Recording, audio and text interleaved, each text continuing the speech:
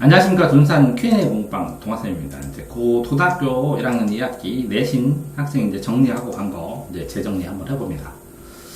자, 과학기술의 발달과 정보화, 컴퓨터 쓰면서 데이터가 누적되고 서로 쉽게 볼 수 있게 되는 건데, 과학기술이 영향과 바람직한 활용 방안.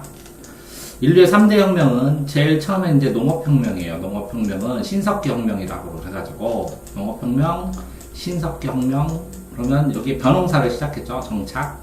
그래서 굶어 죽는 사람이 적었죠. 그래서 인류가 굶어 죽지 않아서 인구가 폭발적으로 늘었고, 그러다 보니까 청동리랑 철기를 발명해서 싸움을 했어요.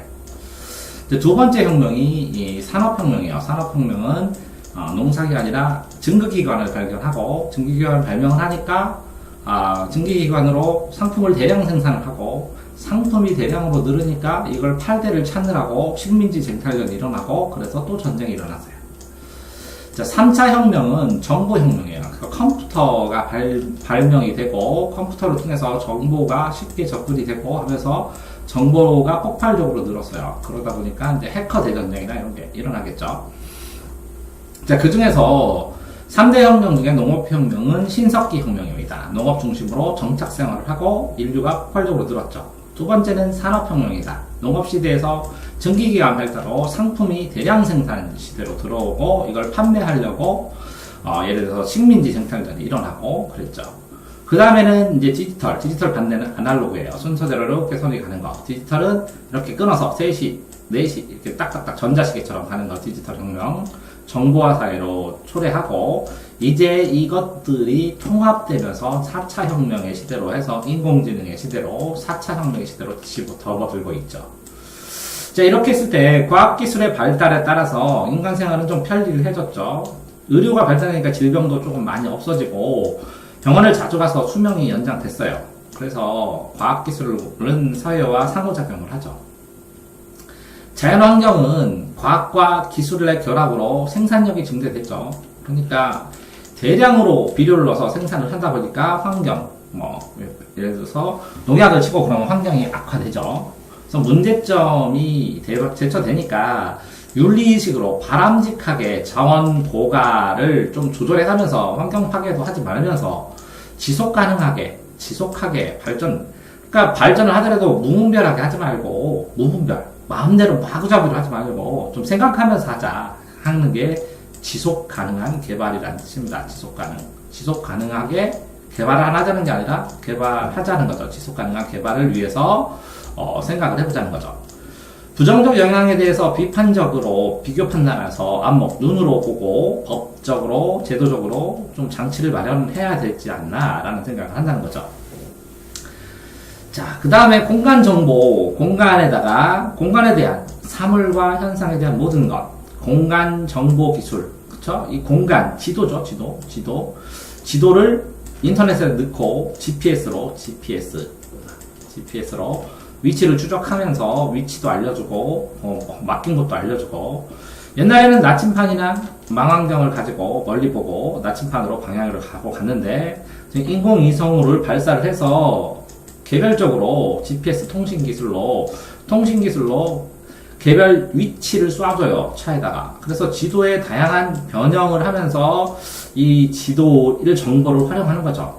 GIS나 GPS로 위치를 기반으로 해서 서비스, 어디에 좋은, 식당이 있습니다. 어느 길로 가면 빠릅니다. 어디에 가면 뭐가 있습니다. 이렇게 합쳐서, GIS, GPS를 합쳐서 LBS라고 하는 거네요.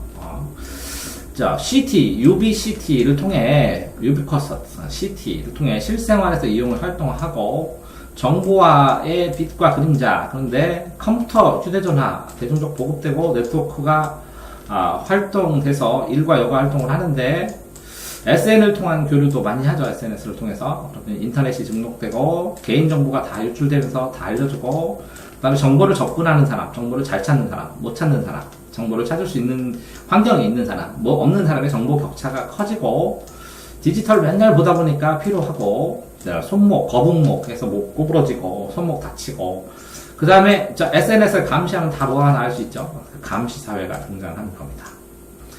그러니까 어쨌든 정보도 윤리적인, 도덕적인 마음으로 실천을 해야 되고, 정보 소외계층, 정보를 잘 못 찾는 계층, 컴퓨터도 지원하고 찾는 법, 정보화 교육도 하고 합니다.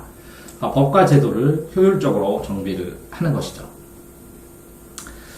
자, 교통 발달이 인간이 먼 데까지 갈 수 있다는 거죠. 이제 그래서 시공간.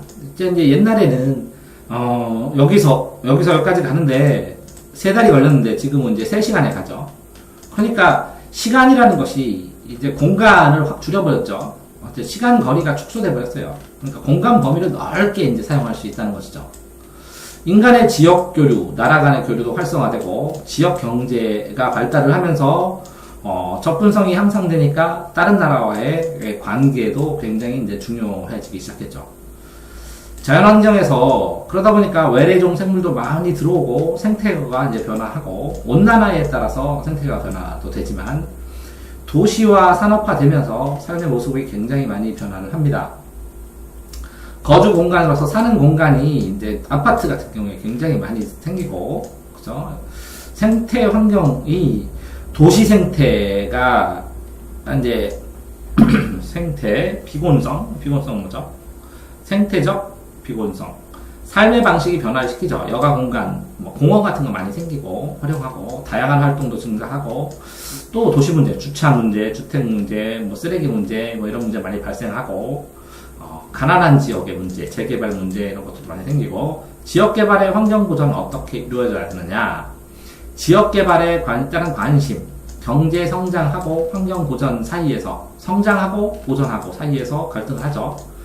그래서 환경을 복원하고 댐을 없애고 자연 하천으로 이렇게 만들기도 하고 하는데 어쨌든 환경 문제가 발생을 하니까 뭔가를 지을 때 입지 선정 과정에서 개발의 목적과 방법을 둘러싸고 사람들이 여기다 반대한다, 설치해라, 마라, 이렇게 데모도 하고 그러죠.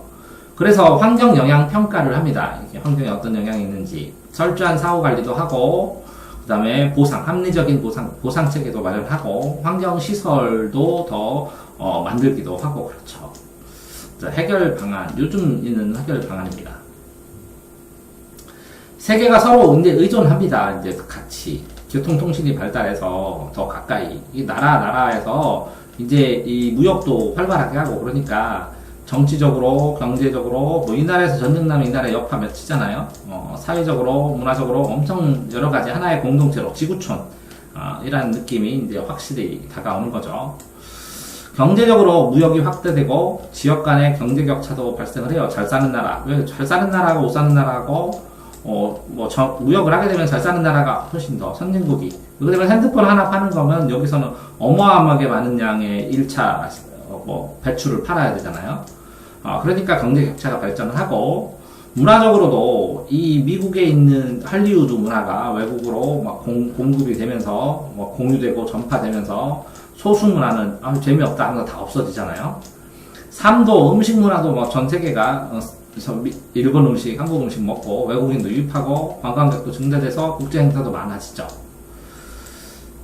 자, 근데 국제 거래는 왜 이루어질까? 세계에 따른 개방의 속도, 개방돼서 가속도 되면서 상품이나 물건이나 서비스 일하러 가는 거예요. 일하러. 노동력, 교육 서비스도 서비스고 여러 가지. 은행 제도도 서비스고 그럽니다. 노동력, 사람 자체도 이동합니다.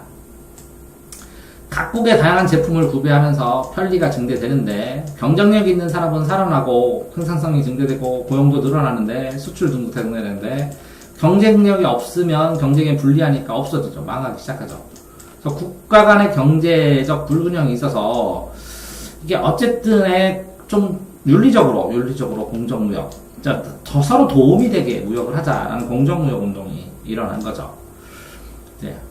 외국인이 이제 투자하고 외국인 국내 투자를 하게 되면 1997년에는 자본시장을 개발했어요, 우리나라가. 그러니까 외국인이 투자를 하죠. 그 다음에 다국적 기업이 뭐냐면 다른 나라에 본사를 두고 우리나라에다가 한국 코카콜라, 중국 코카콜라 이렇게 차려요, 여기서. 그래서 원유를 서로 수입하고 수출하는 것처럼 원료를 수입해갖고 여기서 코카콜라 병 만들어요. 원액 타가지고. 그렇게 하는 게 다국적 기업인데 국내 진출이 활발해지고 어쨌든 선진 기술이 도입되지만 자본은 조금 유출되는 거죠. 일자리도 창출되지만 경제 무역 의존도 증대되는 거죠. 자, 환율이라는 것은 교환 비율입니다. 교환 비율. 환율. 그러면 1대 1500이면 이 1500원이고 이게 달러입니다. 달러가 기준이고 이걸 기축통화라고 해요. 기축통화. 기준통화, 기축통화. 그러면 이게 1500원이 2000원이 되면 환율 상승이라고 해요. 환율 상승. 그럼 환율이 상승하면 교환 비율이 상승했죠. 환율이 상승. 그러면 이 거꾸로입니다. 우리나라는 평가해보면 우리나라가 1달러 살 때 1,500원 들었는데 2,000원이니까 돈 더 많이 줘야죠. 그래서 평가절하입니다. 평가가 들어붙으면 우리나라를 기준으로 한다는 거예요. 평가절하. 이게 상이면 그러니까 합니다. 똑같이 환율이 하락하면 우리나라는 절상을 하죠. 상승하면 환율이 상승한다. 그러면 우리나라 돈이 싸지는 거예요. 그럼 우리나라 물건이 싸지니까 수출 증가. 수입하려면 돈 더 많이 드니까 수입을 안 하고, 우리나라 2,000원 써야 되니까 이제 물가는 상승합니다. 자, 증가 빼고 수입 감소. 환율 상승하면 수입 감소한다. 환율이 상승하니까 교환비율이 하니까 수입하기 힘들다. 그럼 나머지는 반대다. 환율이 하락하면 이게 2,000원이 1,000원이 됩니다. 그러니까 한국 돈이 세지죠. 그럼 평가절상입니다. 이게 절상. 평가절상. 환율 하락은 평가절상. 그러니까 한국 돈이 세주죠. 세주니까 마음대로 사와요. 그래서 수입 증대예요. 그러니까 이거랑 반대죠. 반대. 그렇죠? 그래서 한 개만 외우면 됩니다. 한 개만. 자, 평가절, 이게 하락이니까 평가절상. 우리나라 돈은 평가절상. 한국 돈은 평가를 붙인다. 상호 의존성으로 심화가 되면 우리나라 의존 경제에 미치는 영향이 심해지죠. 경제 협력이 지역화, 지역 공동체, 이 이웃나라끼리 합쳐져서 EU, 유럽, 나프타, 미국하고 캐나다, 이렇게 아세안 지역, 이렇게 경제 공동체를 형성해서 세계화의 추세에 대응을 합니다. 그래서 분쟁이 발생을 하면 자기들 지역끼리는 서로 돕고 그러죠. 이렇게 해서 상호 의존성으로 경제, 지역 공동체 현상이 심화되고 있습니다. 상호 협력으로 1950년 세계 무역기구로 WTO가 출발했는데, 그런데 이제 자유무역 협정을 하다가 이제는 이것들이 FTA로 나라끼리, 그죠? 무역 협정을 따로따로 이제 매겨서 하는 것으로 발전이 됐습니다. 1995년 세계 무역기구를 기억하고 그 다음에 지금은 FTA다. FTA. 나라끼리 무역 협정을 개별적으로 체결한다. 이렇게 아시면 되겠습니다. 수고하셨습니다.